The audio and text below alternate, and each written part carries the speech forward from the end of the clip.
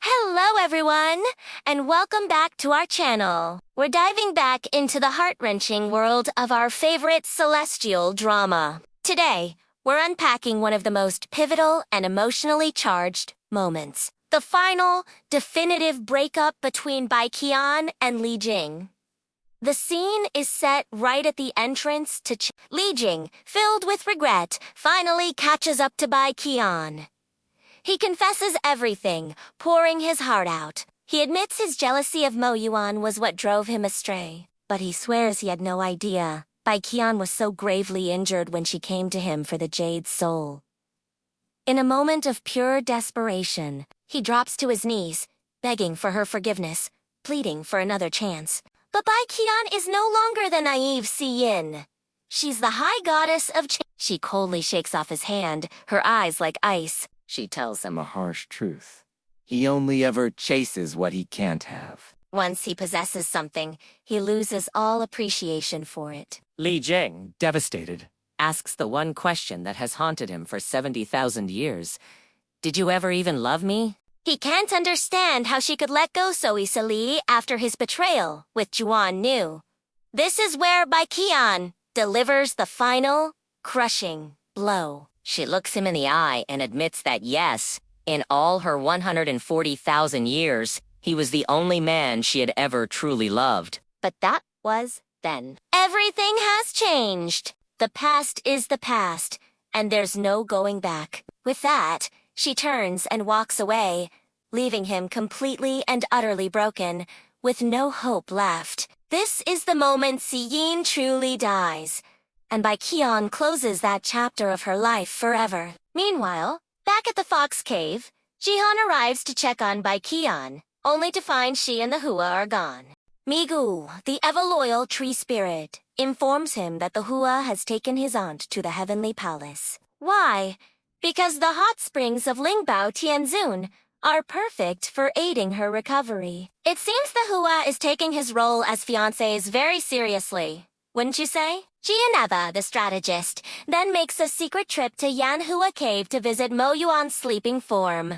He strictly instructs Migu to tell no one of his visit. What is he planning? Just as Xian is pondering his next move, Bai Zuan, Bai Qian's fourth brother, returns. Xian has some exciting news for him. He announces that he's figured out a way to save the first prince of the Western Sea, who we know as Bai Zhen's dear friend. Bai Zuan is ecstatic and immediately urges Zheyan to rush back to the Peach Blossom Forest to work on this cure. Their friendship is truly one for the ages. But Zheyan makes one last stop. He travels to the now desolate Kunlun Mountain. The place has been abandoned since Yuan's soul scattered, a ghost of its former glory. But as Zheyan stands there, he senses something new, something powerful. A distinct dragon energy is swirling through the mountains.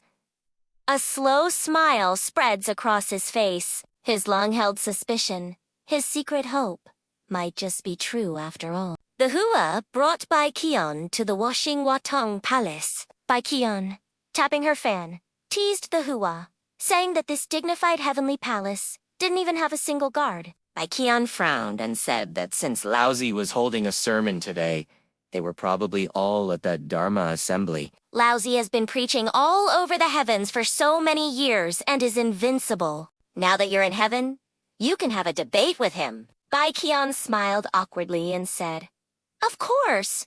Of course! As they spoke, the two arrived at the gates of Shiwu Palace. Bai Qian was puzzled by the palace's dim lighting. The Hua explained that it was because her eyes couldn't tolerate strong light. Bai Qian was amazed. She hadn't expected the Hua to be so attentive to her, even caring for her eye ailment. A thought stirred within her. The Hua then carried Bai Qian over the wall and entered, explaining that he didn't want to disturb the people in the courtyard, as it would be too much trouble. Bai Qian teased the Hua, asking if he had finally finished reading all the documents he had accumulated over the past few days. Surprisingly, the usually mature and composed the Hua displayed a youthful embarrassment. Bai Qian waved her fan, secretly delighted. Bai Qian suggested staying at Elise Qingjin Palace for the next few days. The Hua told her that he had already prepared a palace for her. Bai Qian, wanted to ask the Hua about her master, but the Hua replied that outsiders wouldn't know. The Hua led Bai Qian to Yilanfang Hua. As soon as they entered, Bai Qian saw a courtyard full of peach trees and peach blossoms. Looking in from the outside, all she could see was the color of peach blossoms. Bai Qian exclaimed that she hadn't expected such beautiful peach blossoms in the 9 heavens.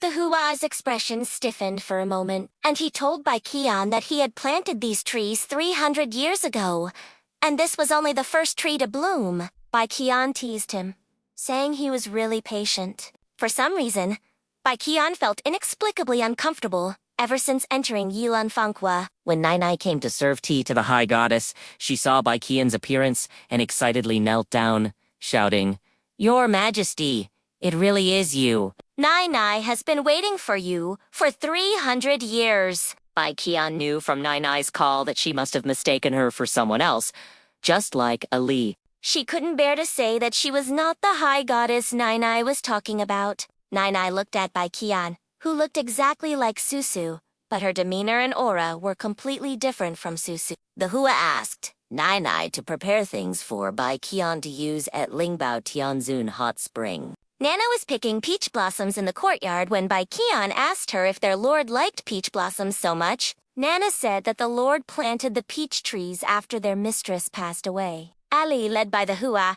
entered the courtyard and immediately called out, "Mother, mother." Bai Qian suggested that since Ali was also there, they should go to Lingbao Tianzun's hot spring together, since she had come up there specifically to soak in it. The Hua led Ali and Bai Qian to the hot spring, where fruit wine was prepared by the pool. The Hua instructed Bai Qian that Ali could have some if he wanted. Expectedly, Yuli became completely drunk after just a few sips. Nai was worried and wanted to take him to the Medicine King. But Bai Qian said dismissively that she had been drinking for tens of thousands of years, and that Ali was a boy, so a little wine wouldn't hurt him. Bai Qian told Nai to take Ali back, and that he would wake up in 3 hours. Nai had no choice but to obey Bai Qian's wishes. On the day Dong Hua was undergoing his tribulation, Bai Qian, whose magic had been sealed by him, together, thinking the Hua was young and impetuous, and spending his days and nights dealing with tedious official documents. It was understandable that he might indulge in some romantic escapades with a pretty fairy maiden when he was bored. Bai Qian prepared to leave quietly, but the Hua called her in. She saw Su Jin and Miao Qing kneeling on the ground. Su Jin looked up and saw Bai Qian. Bai Qian saw those eyes and instinctively felt that they were beautiful, but this person was unworthy of them. Su Jin was genuinely frightened to see Bai Qian's face, which resembled Su's. Miao Qing knelt and begged Bai Qian not to let the Lord send her back to the East Sea. Bai Qian sighed and said to the Hua, "This matter cannot all be Miao Qing's fault. Since you know Miao Qing has feelings for you, yet you still brought her to heaven, even though it was to repay her for saving Oli. Miao Qing may not think the same way. You gave her hope but hesitated to act, so naturally, she took the initiative." Bai Qian told Miao Qing, "Listen to my advice. You should go back to the East Sea." Before Miao Qing could react, Bai Qian grabbed the fan and quickly slipped away. The Hua told the 2 kneeling figures that Bai Qian was his wife and the only lady of the Washing Watang Palace. And the Shiwu Palace was so big that she was having a headache and didn't know which direction to go back to.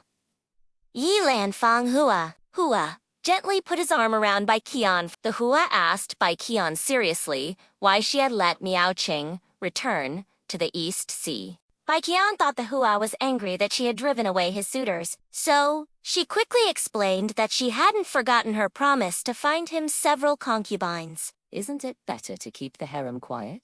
The Hua stared intently into Bai Qian's eyes, his gaze filled with sadness and disappointment. He slowly said, "I shouldn't have asked you that. I called you in earlier to make you jealous, but I didn't expect you to just watch the show from the beginning." The Hua approached Bai Qian step by step, his heart breaking as he asked, "Bai Qian, is it that there has only ever been one person in your heart? How long are you going to wait for him?" With these words kept replaying in her mind, tugging at her heartstrings again and again. Bai Qian didn't know when she had started to care so much about the Hua's emotions. Li Jing returned to the winged realm from Qing, dejected and heartbroken. Unknowingly, he found himself at the place where he and Zheyan first met. Lost in thought, Li Jing seemed to see Zheyan, smiling, in the lotus pond. He immediately jumped into the pond, but the icy water brought him back to his senses. Zheyan, the woman he loved so dearly, would probably never return. In despair, Li Jing thought it would be better to die in the lake. But he was not only Li Jing, but also the Winged Lord, the king of millions of people. With that thought, Li Jing had no choice but to return to the shore and walk back to the Great Purple Palace, exhausted. Feng Ju silently looked at the emperor, knowing that she could not bring herself to hurt him no matter what. Even if this was the love tribulation that the emperor himself had to go through. Suddenly, Ximing's voice entered Feng Ju's mind, telling her that she had to let go even if she was reluctant. Feng Ju was startled and accidentally dropped the soup, shattering it on the ground. The emperor frowned as he looked at the panicked Feng Ju. Fearing the emperor would discover her secret, Feng Ju hurriedly left the study and encountered Ximing, who had come to see her. Ximing gave Feng Ju a storybook about palace intrigue and instructed her to make the emperor hate consort Chun to the core, so that his tribulation would be complete. Feng Ju still couldn't bring herself to do it. Ximing sighed. even though your highness's personality is very suitable for being by the emperor's side. You two are ultimately not meant to be. Feng Ju knew that the cold and aloof emperor in the 9 heavens naturally did untaver in his heart, but this emperor in the mortal realm cherished her dearly. How could she bear to hurt him?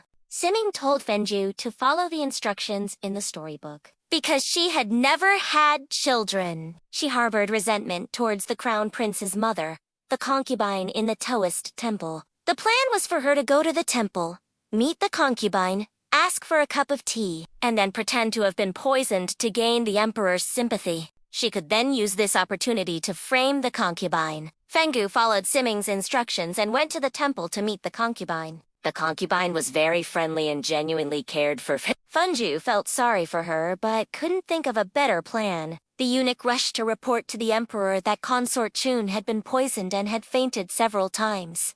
He said she had been like this ever since she returned from visiting the Taoist temple and seeing the imperial concubine. The emperor was greatly alarmed and went to see Feng Ju with a heavy heart. When the emperor saw Feng Ju lying weakly in bed, his eyes were filled with heartache. What do you think Zheyan has discovered? Let me know your theories in the comments below. Thank you so much for watching with me today. If you enjoyed this breakdown, please give this video a thumbs up. And do you forget to subscribe and hit that notification bell so you will miss our next deep dive. See you in the next video.